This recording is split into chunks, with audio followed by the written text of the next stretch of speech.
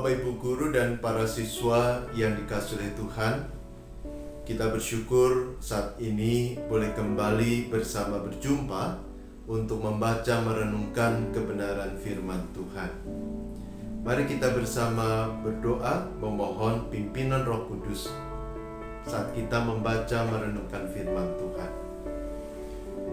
Tuhan yang Maha Baik, terima kasih kesempatan yang Tuhan berikan buat kami saat ini boleh bersama membaca dan merenungkan kebenaran firman-Mu.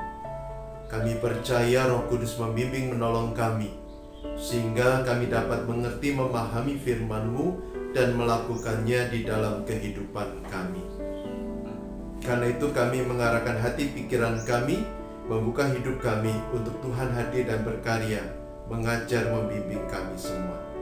Di dalam nama Tuhan Yesus kami sudah berdoa. Amin. Saudara, di bawah tema keluarga harta yang paling berharga, saya mengajak kita bersama membaca merenungkan 2 Timotius 1 ayat yang kelima. 2 Timotius 1 ayat yang kelima tertulis demikian. Sebab aku teringat akan imanmu yang tulus ikhlas, yaitu iman yang pertama-tama hidup di dalam nenekmu Lois dan di dalam ibumu Eunika, dan yang aku yakin hidup juga di dalam dirimu. Sampai sebenarnya bacaan kita pada saat ini.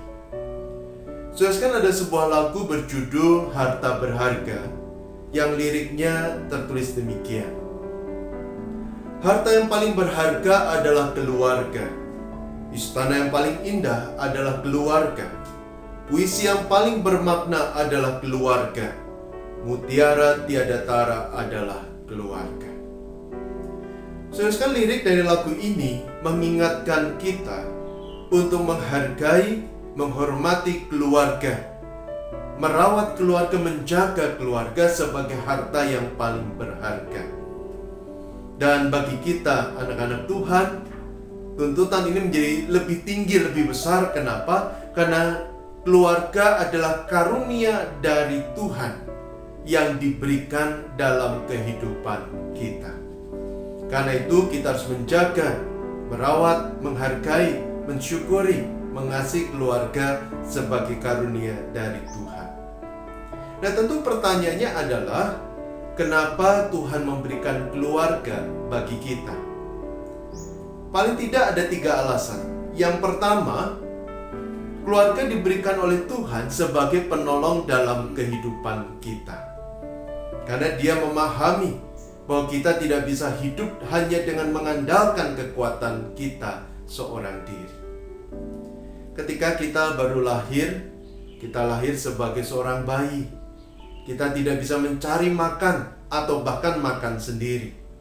Kita tidak bisa melindungi diri, menjaga diri dari ancaman bahaya yang datang mengancam hidup kita. Karena itu Tuhan mengaruniakan keluarga kepada kita sebagai penolong untuk menyediakan apa yang kita butuhkan, untuk juga melindungi, menjaga kita dari berbagai ancaman bahaya. Ketika kita bertumbuh, bertambah dewasa, apakah keluarga masih penting? Oh, masih. Sebab ketika kita bertambah dewasa, maka tantangan yang kita hadapi akan semakin besar. Jalan yang harus kita lalui akan semakin berlika-liku dan penuh dengan kerikil yang tajam. Ada saatnya kita menghadapi kesulitan yang berat, medan yang sulit, lebih dari kemampuan kita untuk menanggungnya. Ada saatnya kita ingin menyerah, kita ingin mengangkat tangan, kita ingin mengaku kalah, karena kemampuan kita yang terbatas. Ada saatnya bahkan kita menangis, kita berduka. Disitulah Tuhan memberikan keluarga untuk menolong kita, memberikan jalan keluar, menolong kita untuk melalui medan yang sulit itu, untuk memberikan penghiburan di dalam duka kita. Karena itu kita harus mensyukuri keluarga kita. Kita harus menghargai keluarga kita sebagai karunia yang Tuhan berikan untuk menolong kita menjalani keseharian kita. Alasan yang kedua, kenapa Tuhan memberikan keluarga, yakni supaya kita belajar untuk mencintai dan juga belajar tentang cinta. Saudara, ketika kita baru lahir sebagai seorang bayi, kita belajar tentang cinta dalam pelukan orang tua kita. Ketika mereka membisikkan sebuah kata, "Mama, Papa, sayang kamu." Disitulah kita belajar tentang artinya cinta. Ketika mereka memeluk kita untuk menghangatkan tubuh kita atau juga melindungi kita dari berbagai macam bahaya, disitulah kita belajar tentang cinta. Ketika kita berjalan bersama dengan mereka dan tangan mereka memegang tangan kita, disitulah kita belajar tentang cinta. Di tengah keluarga kita belajar apa itu cinta. Dan bukan sekedar belajar tentang cinta, tetapi kita pun juga belajar untuk mengasihi. Mengasihi keluarga kita, menghormati mereka, menghargai mereka sebagai karunia Tuhan dalam hidup kita. Menghargai, menghormati juga kakak dan adik kita, memperlakukan mereka sebagai harta yang paling berharga dalam hidup kita. Nah, di dalam 1 Yohanes pasal 4, Tuhan pernah berkata, "Kalau kamu tidak bisa mengasihi saudaramu yang kelihatan, bagaimana kamu bisa mengasihi Tuhan?" Artinya saudara, ketika kita berada di tengah keluarga dan belajar tentang cinta, saat itu kita juga sedang belajar tentang cinta Tuhan dalam hidup kita. Cinta yang Tuhan wujudkan dengan memberikan keluarga kepada kita. Dan bukan hanya sekedar belajar tentang cinta Tuhan, tetapi kita juga belajar untuk mencintai Tuhan dengan mencintai anggota keluarga kita, menghormati dan merawat mereka yang Tuhan tempatkan dalam hidup kita. Kalau kita tidak bisa menghormati, mengasihi keluarga kita, bagaimana mungkin kita bisa mengasihi Tuhan? Dan Tuhan pun juga mendorong kita untuk mewujud nyatakan cinta kita kepada Tuhan dengan mencintai keluarga kita. Karena itu kita harus mensyukuri, menghormati, menghargai keluarga kita yang dikaruniakan Tuhan untuk mengajarkan tentang cinta dan untuk menolong kita belajar mencintai Tuhan dan mencintai keluarga kita.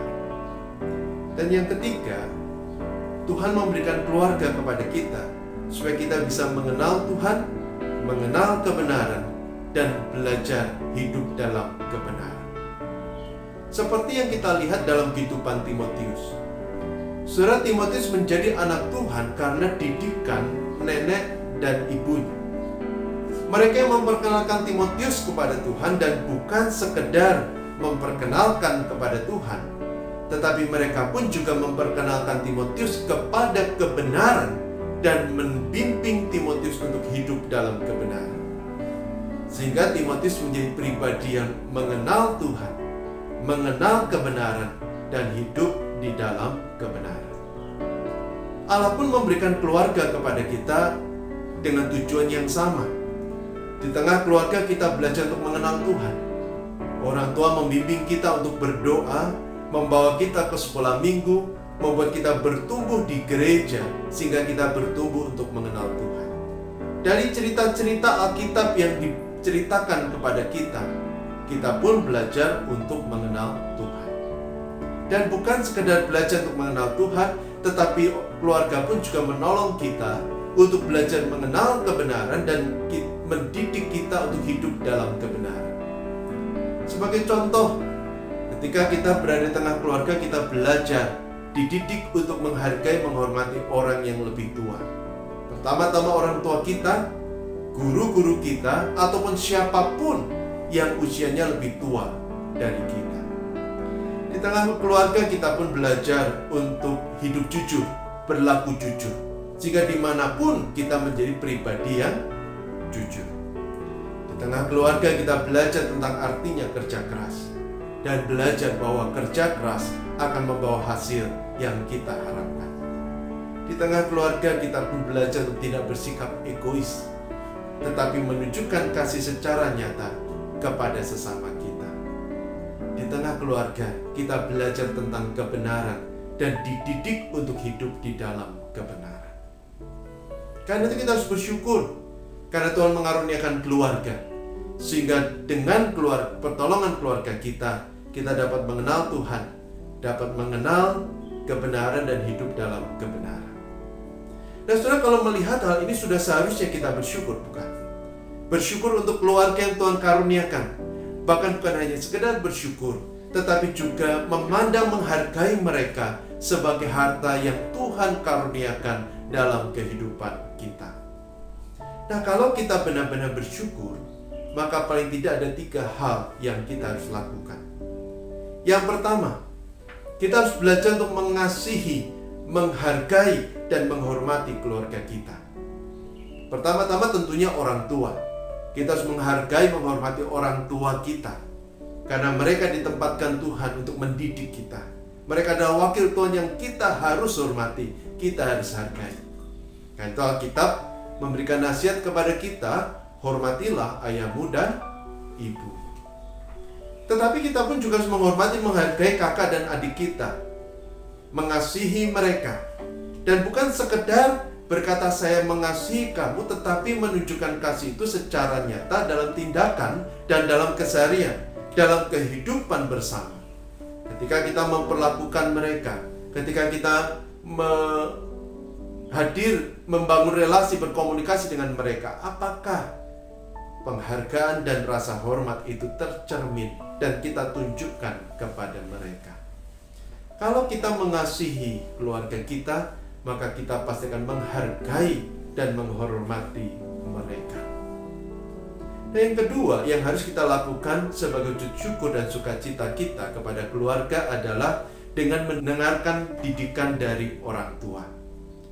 Di dalam Amsal pasal yang kedua, ayat yang pertama sampai 22, di sana dikatakan bahwa didikan orang tua bukan hanya untuk membentuk kita menjadi pribadi yang berhikmat, tetapi juga menghindarkan kita dari pilihan-pilihan yang salah yang membawa penyesalan di dalam hidup kita. Jadi didikan orang tua itu begitu penting. Karena didikan orang tua kita mengenal Tuhan. Karena didikan orang tua kita bisa mengenal kebenaran dan hidup dalam kebenaran. Sehingga akhirnya kita tahu apa yang benar, yang salah, kita melakukan yang benar dan menjauhi yang salah.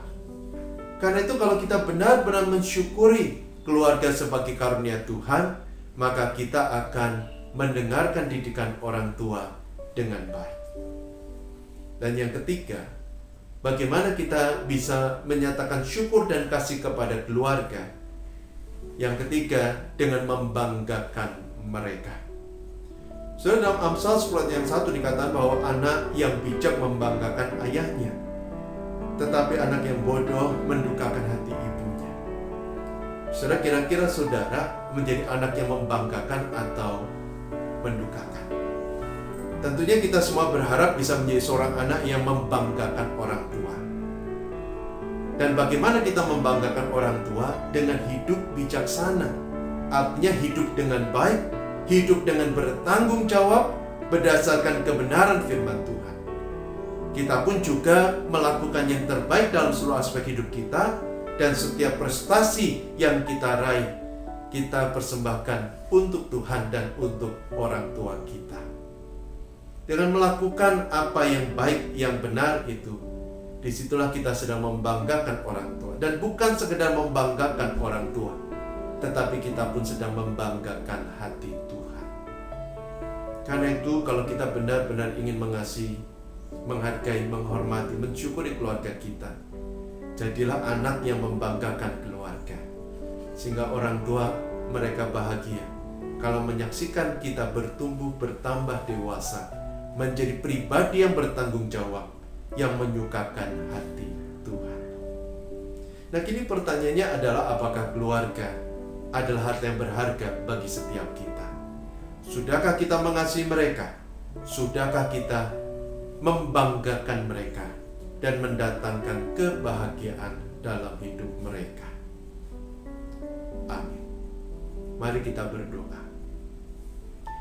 Tuhan yang Maha Baik, terima kasih untuk firman yang boleh kami baca dan renungkan bersama.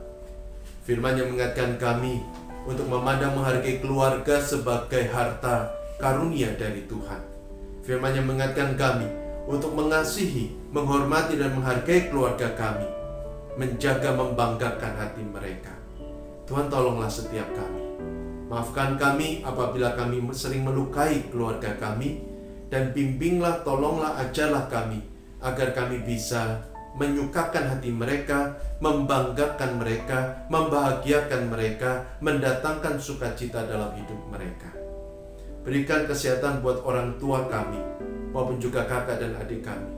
Jaga dan lindungi mereka, jauhkan mereka dari segala hal yang tidak baik.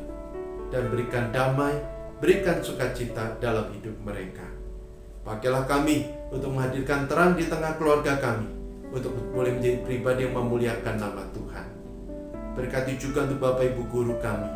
Mereka adalah orang tua kami di sekolah yang Tuhan tempatkan untuk mendidik, membesarkan kami. Tuhan pun juga menjaga, melindungi para guru kami, memberi kesehatan, memberikan kekuatan, memberikan segala yang baik pada diri mereka. Hikmat bijaksana Tuhan berikan, sehingga para guru boleh memberikan bimbingan didikan, menolong kami untuk berjalan di dalam jalan Tuhan. Berkati keluarga besar Sekolah Krista Mitra, dan berkati juga bangsa dan negara kami. Tuhan pimpin dan sertai juga kehidupan kami hari ini dan hari depan kami. Jangan biarkan kami berjalan seorang diri, berjalanlah bersama dengan kami. Di dalam nama Tuhan Yesus, Allah yang Maha Baik, kami sudah berdoa. Amin.